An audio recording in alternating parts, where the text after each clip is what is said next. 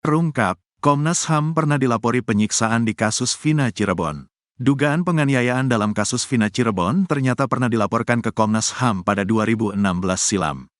Namun, laporan yang dilayangkan kuasa hukum bersama keluarga terpidana itu baru direspons 4 bulan kemudian.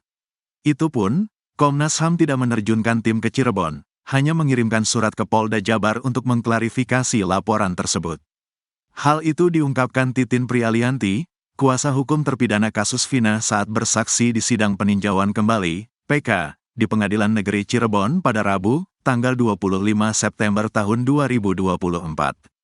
Dijelaskan Titin, sebelum melapor Komnas HAM, dia bersama keluarga para terpidana, saat itu masih tersangka, mendatangi Propam Polda Jabar pada tanggal 7 September tahun 2016 untuk melaporkan dugaan penganiayaan yang dialami tersangka.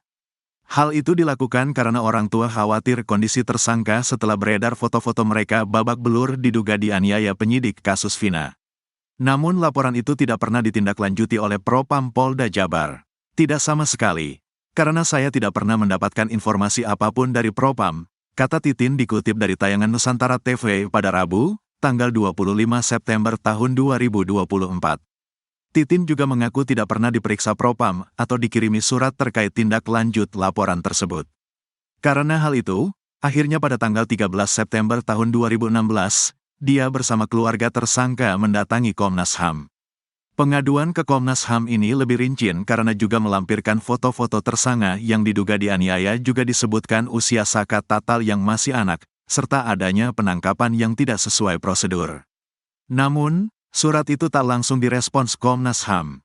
Komnas HAM baru mengirimkan surat ke Polda Jabar pada tanggal 7 Januari tahun 2017 atau 4 bulan setelah pengaduan Titin dibuat. Surat itu berisi permintaan Komnas HAM agar laporan Titin segera diklarifikasi. Saya masih punya dokumennya semua, tegas Titin. Menanggapi pengakuan Titin ini, mantan Kabareskrim Komjen, Purn. Susno Duaji mengatakan, fakta ini akan menyebabkan masyarakat tidak percaya lagi pada institusi resmi. Komnas HAM dilapori tidak ada respek. Polri juga begitu. Akhirnya penyidikan 2016 hasilnya dipetik sekarang. Semua terpidana, saksi, menarik keterangannya.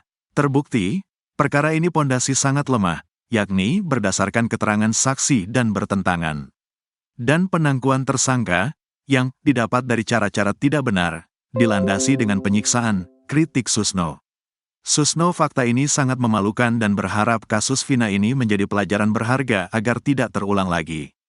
Kalau saya 1000%, 8 terpidana itu bukan pelaku yang didakwakan.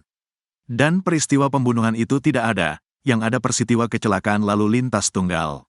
Ini memalukan sekali, peristiwanya tidak ada, tapi tersangkanya ada, tukas Susno.